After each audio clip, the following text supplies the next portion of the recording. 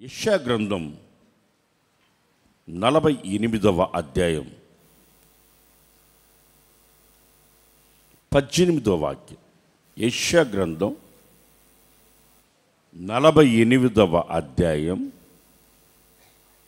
18వ వాక్యం. అందరూ బైబిల్ తీయండి. నీవు నా ఆజ్ఞలను ఆలకింపవలనని నీవు నా ఆజ్ఞలు ఆలకింపవలనని ఆలకింపవలనని నేనెంతో కోరుచున్నాను. నేను మీ పట్ల నేనెంతో కోరుచున్నాను. నా ఆజ్ఞలు మీరు మీ- నా ఆజ్ఞలు ఆలకింపవలనని ఆలకించాలని కోరుకుంటున్నాను. ఆలకించిన ఎడల ఆలకిస్తే నీ క్షేమము నదివలెను. నీకు క్షేమం నది వలె వస్తుంది. ఆమె చెప్పండి అందరూ. ఏం చేస్తే వస్తుంది చెప్పాలా? ఆజ్ఞల్ని ఆలకిస్తే క్షేమము నది వలె నువ్వు అనుభవించబోతున్నావు. ఆమేన్. నీ నీతి సముద్ర తరంగముల వలె ఉండును. సముద్ర తరంగం లాగా నీ నీతి దేవుడు చేయబోతున్నాడు. తర్వాత నీ సంతానం నీ సంతానం ఇసుక వలె విస్తారం చేస్తా. ఆమె చెప్పండి, గట్టిగా చెప్పండి. నీ సంతానాన్ని ఇసుక వలె విస్తారం చేస్తా. నీ గర్భఫలము దాని రేణువుల వలె విస్తరించును. రేణువుల వలె విస్తరిస్తుంది. రేణువుల వలె విస్తరిస్తుంది. వారి నామము నా సన్నిధి నుండి వారి నామము నా నా సన్నిధి సన్నిధి నుండి నుండి కొట్టివేయబడదు, కొట్టివేయబడదు. మరువబడదు. కొట్టివేయబడదు, మరువబడదు. అండర్లైన్ చేసుకోండి. దీన్ని మీరు అనుభవించబోతున్నారు. దేవుడు మిమ్మల్ని ఆశ్రయించును గాక. నది తరంగాలు క్షేమము. నది తరంగాలు క్షేమము రేణువుల వలె. ఎన్ని విలువైన మాటలు దేవుడు ఈరోజు మనకు చెప్పి ఉన్నాడో గుర్తుపెట్టుకోండి, మనసులో పెట్టుకోండి. నిశ్చయముగా మనం ఏం చేయాలి? ఆజ్ఞల్ని అనుసరించాలి. అనుసరిస్తే ఇవన్నీ. చిన్న షరతు పెడతాడు దేవుడు ప్రతిదానికి. బైబిల్లో మనము చాలామంది భక్తులను చూస్తాం. వాళ్ళందరికీ చిన్న షరతు పెడుతున్నాడు బైబిల్లో. ప్రతిసారి మనం ఎవరిని గమనించి చూసినా ఒక షరతు పెడతాడు. దానిని మనం పాటిస్తే ఇవన్నీ మనం అనుభవిస్తాం. నది వలె అంటాడు, తరంగాల వలె అంటాడు, ఇసుక వలె అంటాడు, క్షేమం అంటాడు. చెప్పండి అందరూ, క్షేమం అందరండి. నది వలె, తరంగముల వలె నా సన్నిధిలో నుండి వాళ్ళ పేరు కొట్టివేయబడదు. హల్లెలూయా, హల్లెలూయా. దేవుడు ఆయన ఉన్నతమైన ఉద్దేశాలు మన పట్ల అధికంగా ఉన్నాయి. ఆయన మనసులో ఎన్నో ఆలోచనలు మన పట్ల ఆయనకి అనేకమైన ఉన్నతమైన స్థితిలో మనల్ని పెట్టాలని ఆయన ఉద్దేశించి ఉన్నాడు. ఉన్నతమైన స్థితిలో పెట్టాలని, ఉన్నతమైన స్థితిలో పెట్టాలని ఆయన కోరుకుంటాడు. మనల్ని ఆ వాగ్దానం ప్రకారం నది వలె అంటాడు. నా హృదయములో నది వలె. చూసారా ఎంత మంచి మాట? నది లాగేస్తాడు. నది ఎట్లుంటుంది? నిర్మలంగా ఉంటుంది. సముద్రం తరంగాలు లేస్తుంటాయి, తరంగాలు ఎగిసెగిసి పడుతుంటాయి. నదిలాగా తరంగాల్లాగా దాన్ని ఎవడు ఆపలేడు. తరంగాల్ని ఒకదాని తర్వాత ఒకటి వచ్చి అలలెట్ట ఎగిరిగిరి పడతా ఉంటాయి. ఆగవై ఒకదాని తర్వాత వచ్చి ఒకదాని తర్వాత వచ్చి ఒకదాని తర్వాత వచ్చి పడతా ఉంటాయి ఒకదాని మీద ఒకటి, ఆగదు. క్షేమముగా చెప్పండి, ఎలాగా ఎలాగా క్షేమముగా.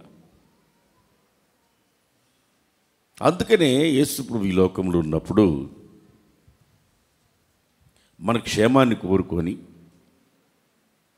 ఆయన ఒక మాట అన్నాడు, నాకు కూడా చెమట పోస్తుంది, నేను ఇసురుకోవట్లే, నాకు కూడా చెమట పోస్తుంది, ఇసురుకోబాకండి, చెమట పట్టని కొంచెం చెమట పడితే ఆరోగ్యం. యేసు ప్రభు ఈ లోకంలో సంచరిస్తున్నప్పుడు ఆయన చాలా విలువైన ఒక మాట చెప్పాడు. నేను అది చదివినప్పుడు, నిన్నటి దినాన చదువుతున్నప్పుడు నాకు చాలా సంతోషం వేసింది ఆ వాక్యం చదివినప్పుడు. బిడ్డలకి ఈరోజు ఇదే చెప్పాలి అనుకున్నాను.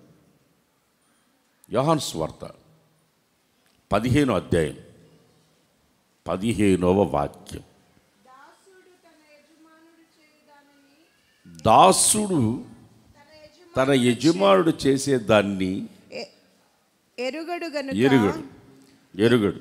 చూడండి నా సైజు, దాసుడు తన యజమానుడు చేసేది దాసుడికి తెలియదు. చెప్పండి, అందరు చెప్పండి, తెలియదు. పెద్ద చెప్పాలా? వినబట్ల మీరు ఎంతమంది ఉన్నారు?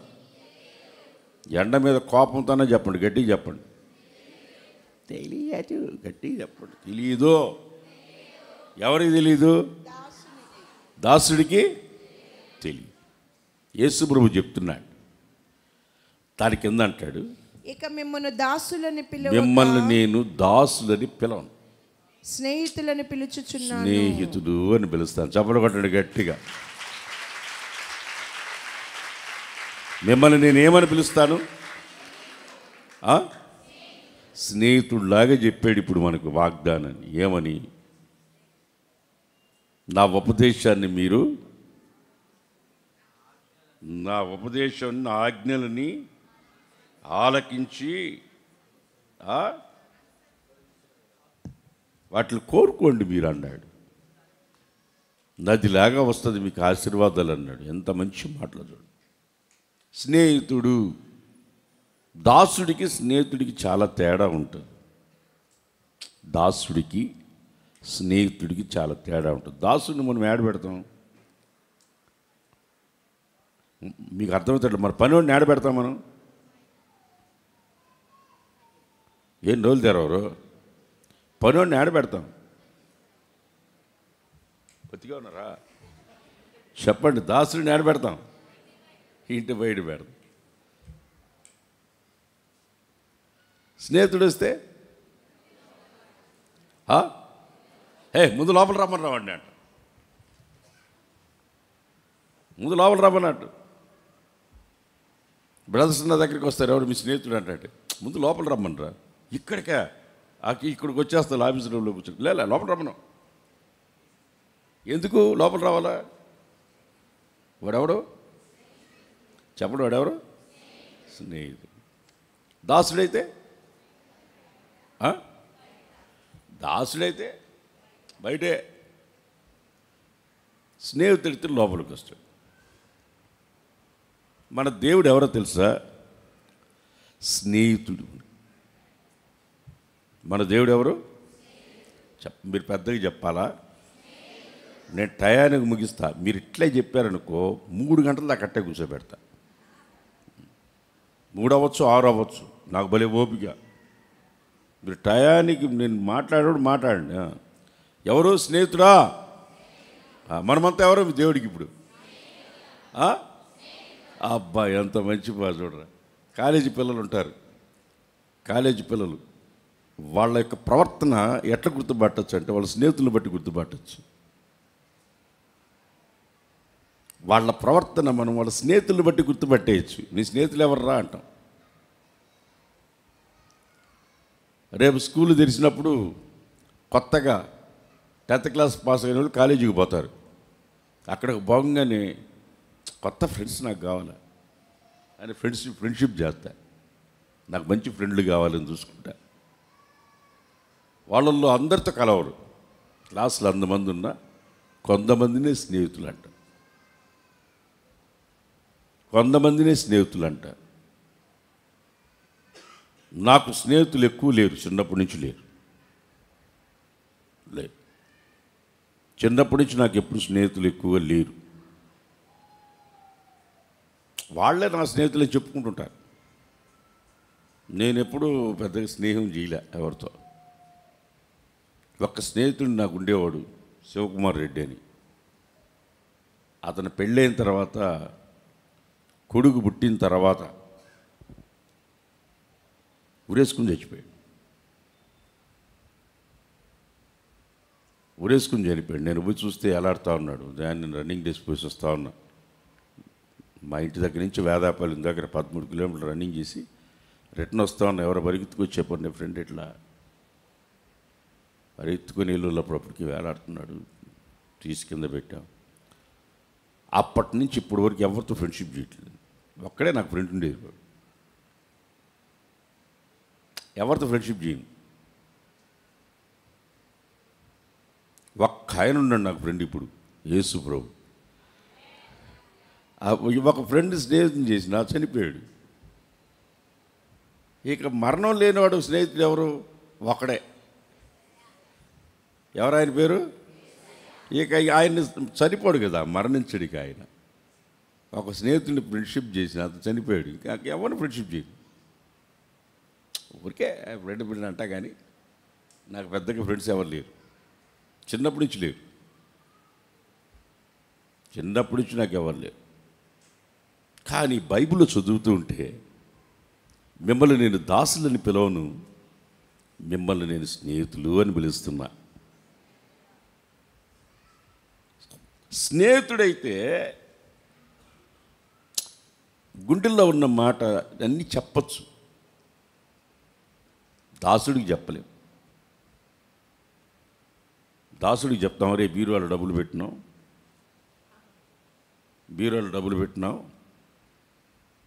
తాళం ఏడు పెట్టిపోతున్నా అని పెట్టి చెప్పిపోతామా?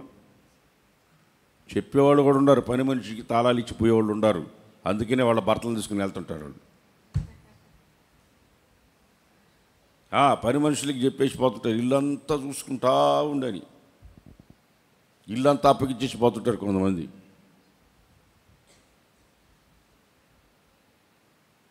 పనివాళ్ళే, దాసులే, స్నేహితులే. యేసు ప్రభు అంటున్నాడు, మిమ్మల్ని నేను దాసులని పిలవను,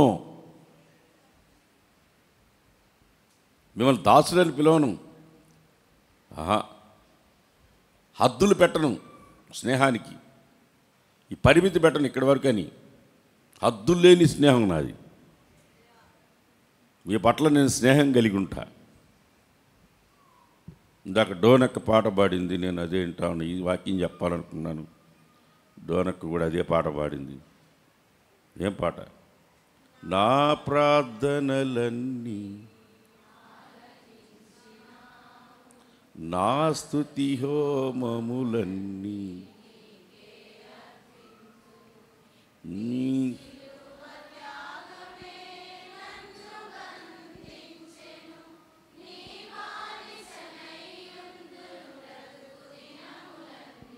అక్కడ బానిస పదం తీసేసి నీ స్నేహం అని పాడండి. నీ స్నేహితుడయుందును. ఇప్పుడు పాడండి, నా ప్రార్థనలన్నీ,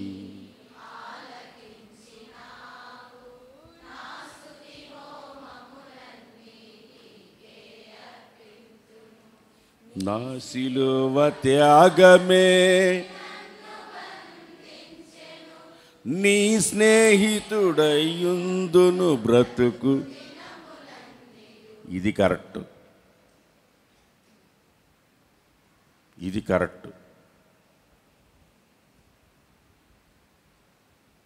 గజల్స్ ఉంటాయి. లోకస్తులు పాడతారు. వాళ్ళు ఏం పాడతారు? ఏ ప్రియా నీకు నేను బానిస అంటాడు. తాగుబోతుడు ఉంటాడు, ఏ నీకు నేను బానిస అంటాడు. లవ్ చేసినాడు ఉంటాడు, దానికి నీకు నేను బానిస అంటాడు. దేవుని బిడ్డలు బానిసలు కాదు.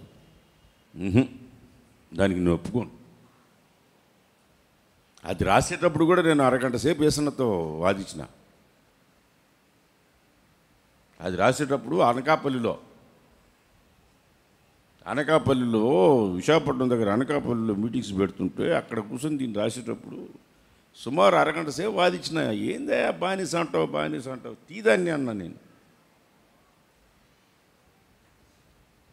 అది పాడేటప్పుడల్లా నాకు ముద్దు కత్తి తీసుకుని గొంతు కోస్తున్నట్టు అనిపిస్తుంది. బానిస అనే పదం పాపానికి బానిస. నీ లోకస్తులు లోక సంబంధమైన ప్రేమలు ప్రేమిస్తారు, దానికి బానిస. ఇదిగో దీనికి బానిస, తాగడానికి తాగుబోతులు. దేవుని బిడ్డలు బానిసలు కాదు. యేసు దేవుడు మీరు నాకు దాసులు కాదు, బానిసలు కాదు, ఐగుప్తుకి బానిసలు. మనం ఐగుప్తు బానిసలను తీసుకొచ్చాడు, మనకు స్నేహితులు. మనకు ఆయన ఎవరంటే స్నేహితుడు. నేను హుబ్లీలో సేవ చేసేటప్పుడు ఒక చిన్న పాప ఉండేది. చిన్న పాప నా దగ్గరికి వచ్చి అంకుల్ అని నాతో బాగా మాట్లాడేది. మన ఇద్దరం ఫ్రెండ్స్ అనేవాడు నేను. ఎస్ ఫ్రెండ్స్ మనం అని కొట్టిపోయి. నేను ఒకరోజు వాళ్ళ ఇంటికి కింద నుంచి పోతా ఉన్నా. వాళ్ళ నాయనకి పిలిచి నాన్న నా ఫ్రెండ్ పోతాడు, పిలువు అంటుంది. ఆ పక్కన వాళ్ళు నోరు మూసుకొని ఉంటే నీకు ఆయన ఫ్రెండ్ ఏంది, ఆయన వయసు అంతా నీ వయసు అంతా, నోరు మూసుకో అన్నాడు. లేదు నా ఫ్రెండ్. ఒకరోజు ఆ ఇంటికి పోతే తిట్టాడు చూడు. ఆయన పక్కన ఉన్నాడు. నన్ను తీసుకెళ్ళి మన ఇద్దరు ఎవరు చెప్పు అని. ఫ్రెండ్స్ కదా అన్న. చెప్పు ముందు నీకు చెప్పు, మన ఇద్దరు ఫ్రెండ్స్ కదా మనం అని గుద్దింది. ఫ్రెండ్స్ కదా మనం అని. ఫ్రెండ్స్ దగ్గర మనం చాలా ఫ్రీగా ఉంటామండి. ఎవరికి చెప్పుకోలేని కూడా చెప్పేస్తాం, ఎవరికి చెప్పలేని కూడా చెప్పేస్తాం. ఫ్రెండ్స్కి ఎవరికి చెప్పలేని కూడా చెప్పేస్తాం. యాకోబు పత్రిక 2వ అధ్యాయం 23వ వచనం చదవండి. కాబట్టి అబ్రహాము దేవుని నమ్మెను, అది అతనికి నీతిగా ఎంచబడెను. అది నీతిగా ఎంచబడెను అను లేఖనము నెరవేర్చబడెను. మరియు దేవుని స్నేహితుడని అతనికి పేరు కలిగి. దేవుని స్నేహితుడని అబ్రహాముకి పేరు. చప్పలు కొట్టండి గట్టిగా. అబ్బాయి అంత సత్యం కాదు, గట్టి కూడా.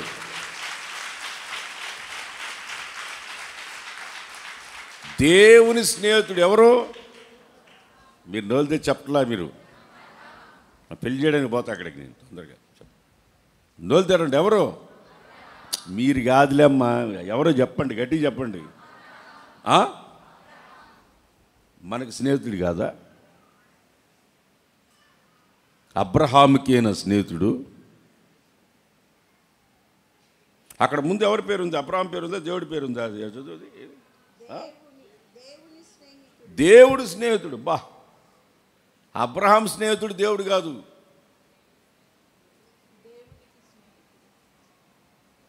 దేవుని స్నేహితుడు అబ్రహాం. బాబా ఎంత మంచి మాట. మీరు ఎన్ని సంవత్సరాలు చర్చికి వస్తున్నా దేవునితో స్నేహం లేకపోతే ఏ లాభం? అబ్రహాముతో దేవుడు స్నేహితుడిలాగా చెప్పాడు, నువ్వు నీ స్వదేశం విడిచిపెట్టు, నీ బంధువులు విడిచిపెట్టు, నేను పంపించే దగ్గరికి వెళ్ళు అన్నాడు. అతని మాట, దేవుని మాట నమ్మి అతను బయలుదేరాడు.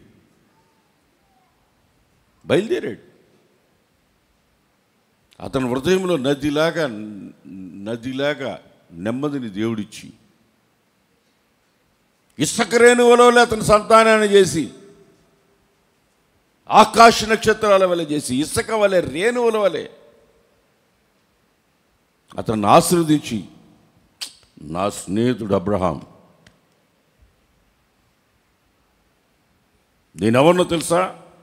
అబ్రహాం దేవుణ్ణి. చెప్పండి, పెద్దగా చెప్పండి. నేను అబ్రహాం దేవుణ్ణి, ఇస్సాకు దేవుణ్ణి, యాకోబు అబ్రహాము, ఇస్సాకు, యాకోబుల దేవుని నేను. ఎందుకో తెలుసా? అబ్రహాము నా స్నేహితుడు.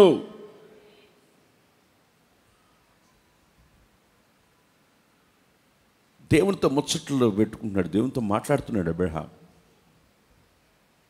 ఒంటరిగా బయలుదేరాడు,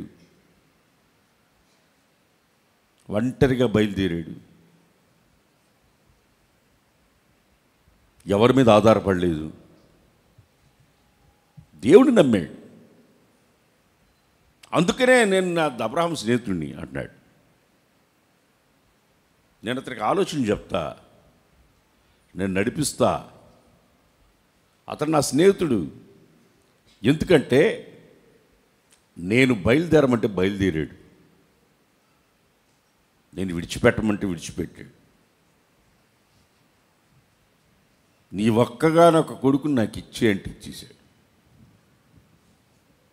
అతను నా స్నేహితుడు కాకపోతే బానిస ఎందుకు అవుతాడు? దాసుడు ఎందుకు అవుతాడు? నా స్నేహితుడు. నా స్నేహితుడు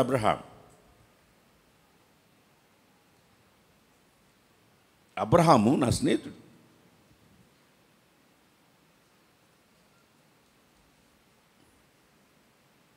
ఏదో వచ్చేసండి శాఖ వస్తుంది. ప్రైజ్ లార్డ్, హల్లెలూయా. చేతుల తల్లి చెప్పండి, హుషారు చెప్పండి, సంతోషంగా చెప్పండి. మిమ్మల్ని అడిగితే మీకు ఎంతమంది స్నేహితులు ఉంటారు? స్నేహితుల్లో కూడా సీక్రెట్ కూడా ఉంటారు కొంతమంది. స్నేహితుల్లో రహస్య స్నేహితులు కూడా ఉంటారు కొంతమంది. సీక్రెట్, ఎవరికి తెలియదు. అది రహస్యంగా మెయింటైన్ చేస్తుంటారు కొంతమంది ఫ్రెండ్షిప్ని సీక్రెట్గా. అదేం ఫ్రెండ్షిప్ అవుతుందో తెలియదు మొత్తానికి.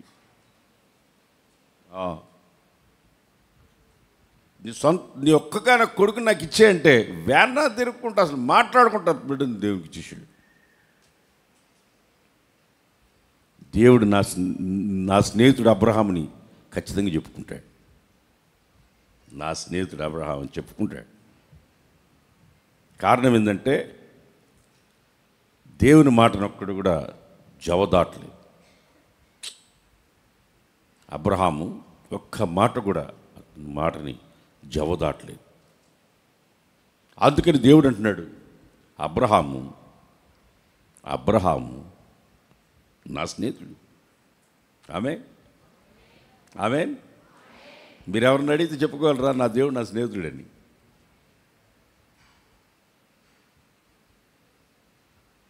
ఎంత సమయం మాట్లాడిన ఆయనతో మనకు టైం సరిపోదు.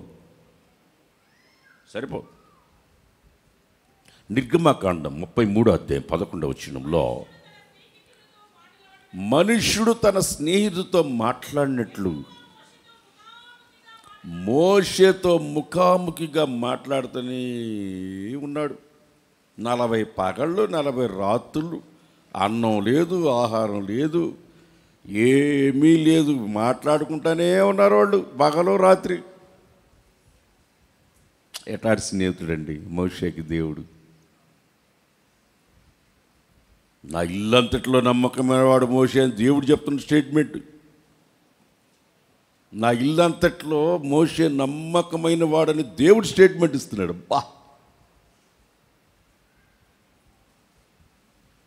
ఇల్లంతట్లో నమ్మకమైన వాడు అని దేవుడు స్టేట్మెంట్ ఇస్తున్నాడు. ప్రైజ్ లార్డ్, హల్లెలూయా, హల్లెలూయా, హల్లెలూయా. మోషే మీద ఎంతమంది తిరగబడ్డారు?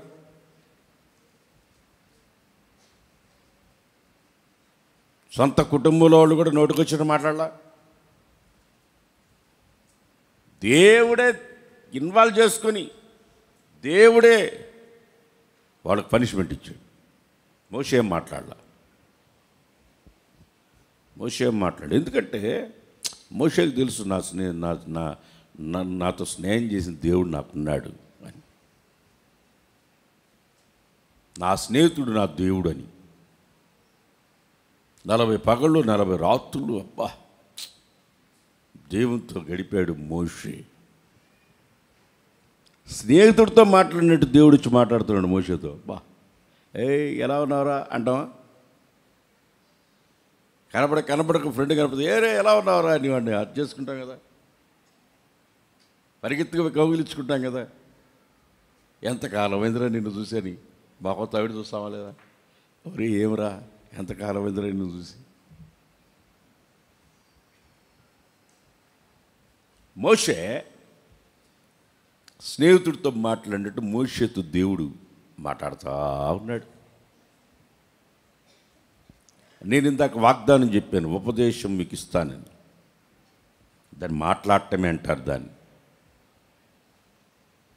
నదిలాగా క్షేమం నీకు కలగాలంటే ఆయన మనకు స్నేహితుడై ఉండాలి. ఆయన మనకు స్నేహితుడై ఉంటే అసలు మన జీవితం ఎలా ఉంటుందంటే అలా ఉంటుంది. మేరక్క చెప్తా ఉండేది, ఒక భిక్షం అడుక్కునే చిన్నపిల్లని తీసుకొచ్చి, రాజు నీకేం కావాలి, నువ్వే నాకు కావాలన్నదంట. రాజ్యం ఇస్తాను, సగం రాజ్యం ఇస్తే నీకేం కావాలని అడిగితే, నాకెవరొద్దు నువ్వే నాకు కావాలనిందంట ఆ అమ్మాయి. ఎందుకు అన్నాడు రాజు. నువ్వే నాకు కావాలన్నప్పుడు నీ దగ్గర ఉన్నాయి నీ నాయే కదా అనిందంట. ఆమె చెప్పండి, సత్సుమొహం వాళ్ళారు బాగా చెప్పండి, ఇంకా విషయానికి చెప్పండి. అన్నీ నాయే కదా, అన్నీ నాయే కదా. ఆమేన్. చేత తల్లి చెప్పండి, అల్లెలు చెప్పండి, గట్టి చెప్పండి. మోషే ఎవరు? స్నేహితుడితో మాట్లాడినట్లు దేవుడు మోషేతో మీతో మాట్లాడుతున్నాడా? మీరు దాసులా స్నేహితులా? స్నేహితులైతే మాట్లాడతాడు, దాసులైతే దూరంలో పెడతాడు. దాసులైతే ఆ పాట పాడుకోండి, నా దాసుడని పాడుకోండి, బానిసని పాడుకోండి. స్నేహితుడైతే స్నేహితులను పాడుకోండి. అర్థమైందా? దానియేలు గ్రంథం 7వ అధ్యాయం 15వ వచనంలో, దానియేలు గ్రంథం 7వ అధ్యాయం 15వ వచనంలో చూస్తే మనం,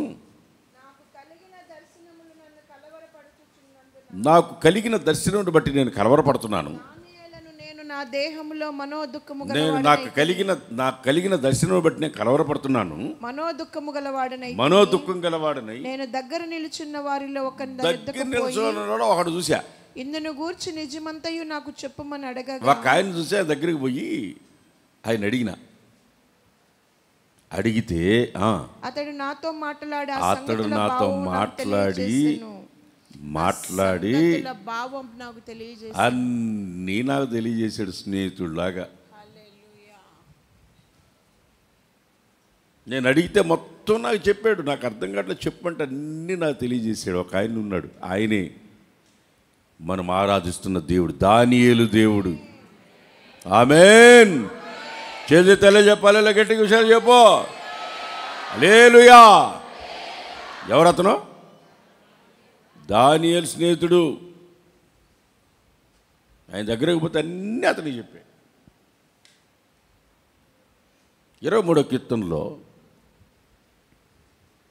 దావీదు అంటాడు దేవునితో గురించి, అతని స్నేహాన్ని గురించి, వాళ్ళిద్దరి మధ్యలో ఉన్న రిలేషన్షిప్, ఆ సహవాసం, వాళ్ళిద్దరిలో ఉన్న ఆ ఫ్రెండ్షిప్ని బట్టి అతను అంటాడు, నా తల అంటువాడు నువ్వే.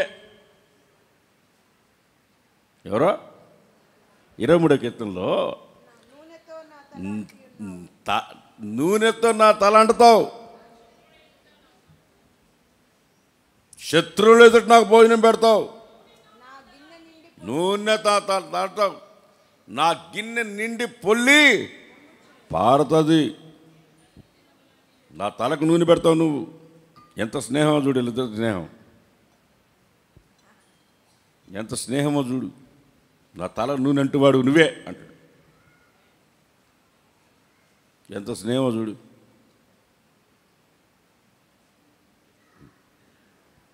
నెల్లూరులో ఉన్నప్పుడు ఒకడు ఉండేవాడు, అంశం ఎవరంటే మధుకరు వీణా చేసేవాళ్ళు ఉన్నారే, వాళ్ళ పెద్దమ్మ కొడుకు ఒకడు ఉండేవాడు. మా టీంలో, సింగింగ్ టీంలో. వాడు క్రాప్ చేస్తాడు, మాలిష్ చేస్తాడు, అన్నం వండుతాడు, కూరలు వండుతాడు, అన్నీ చేస్తాడు. వాడు తక్కువైనాడు కాదు. వాడు నాకు తల నూనె పెడతాయి పాట పాడేవాడు. ఏ పాట అది? మన పాట రాకముందు ఇంకో పాట ఉండేది, దేశన్న పాడు. యెహోవా ఆ పాట ఉంది, ఆ చరణం ఉంది. నా తల నూనెతో అంటీ ఉంటివి నా గిన్నె నిండి. వాడు నాకు పెట్టినప్పుడల్లా ఈ పాట పాడేవాడిని నేను. వాడు పాడేవాడు, నేను పాడేవాడిని. దావీదు చూడు ఎట్ట స్నేహం చెప్తున్నాడు. నా స్నేహితుడు, నేను గొర్రెలు మేపుకునేవాడు, ఆయన కూడా గొర్రెలు ఆయన నన్ను మేపుతున్నాడు. ఆయన నా స్నేహితుడు. ఎంత మంచి స్నేహం చూసారా? యేసు ప్రభు కూడా అదే అంటున్నాడు, మీరు నాకు స్నేహితులు కానీ బానిసలుగా, దాసులుగా. మీరు నాకు ఎలా ఉండాలి చెప్పండి? ఎలా ఉండాలి? మీరు నాకు స్నేహితుల్లాగా ఉండాలి. మీరు నా స్నేహితులు. ఈరోజు నేను మీకు చెప్పాలనుకున్న నా హృదయంలో ఉన్న మీకు చెప్పాలనుకున్న వాక్యం ఏంటంటే, యేసయ్య మీకు స్నేహితుడై ఉంటే అబ్రహాము అడిగినప్పుడు ఎలాగ దేవుడికి ఇచ్చేసాడో అలాగ మీ హృదయాన్ని ఇచ్చేస్తారు. మీరు మోషేలాగా ఎంత సమయమైన దేవుని దగ్గర వాడతారు. ఎటువంటి సీక్రెట్ అయినా దేవుని దగ్గర వచ్చి మీరు ఆయన్ని అడిగి తెలుసుకుంటారు. శత్రువులు ఎదుట నీ గిన్నె నిండి పొల్లి పారితట్లకి చేసే స్నేహితుడికి దగ్గరగా ఉండి దావీదులాగా తప్పు చేసినప్పుడు క్షమించమని అడిగి హృదయాన్ని కుమ్మరించి స్నేహాన్ని పోగొట్టుకోకుండా కాపాడుకున్నాడు. స్నేహాన్ని పోగొట్టుకోకుండా కాపాడుకున్నాడు. ఎవరు? దావీదు. సౌలు తరుముకుంటూ వస్తున్న అభిషేకించబడిన వ్యక్తిని గురించి ఒక్క మాట అనకుండా, దేవునితో ఉన్న స్నేహాన్ని పోగొట్టుకోకుండా, ఆ రాజుగా అభిషేకించేశారు కదన్నా నేను విర్రవేగకుండా, ఎన్నిసార్లు అంటాడు, నేను సచ్చిన కుక్కతో సమానం, నేను కుక్కతో సమానం, నా జోలికి మీరు ఎందుకు వస్తారు, నా జోలికి ఎందుకు వస్తారు, కుక్కతో సమానం అంటాడు. అభిషేకించబడ్డానికి గర్వించలా. దేవునితో సహవాసం ఉన్న వ్యక్తి తను తాను తగ్గించుకుంటాడు, హెచ్చించబడతాడు. ఆమె చెప్పండి గట్టిగా.